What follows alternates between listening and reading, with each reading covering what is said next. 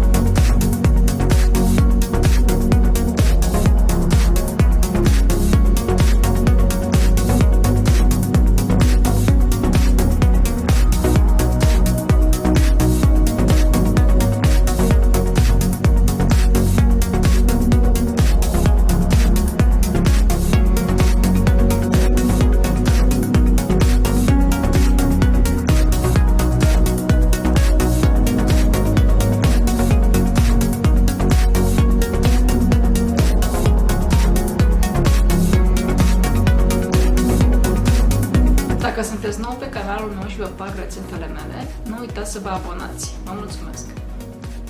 If you are new to my channel and you like my recipes, please subscribe and get notified. Thank you!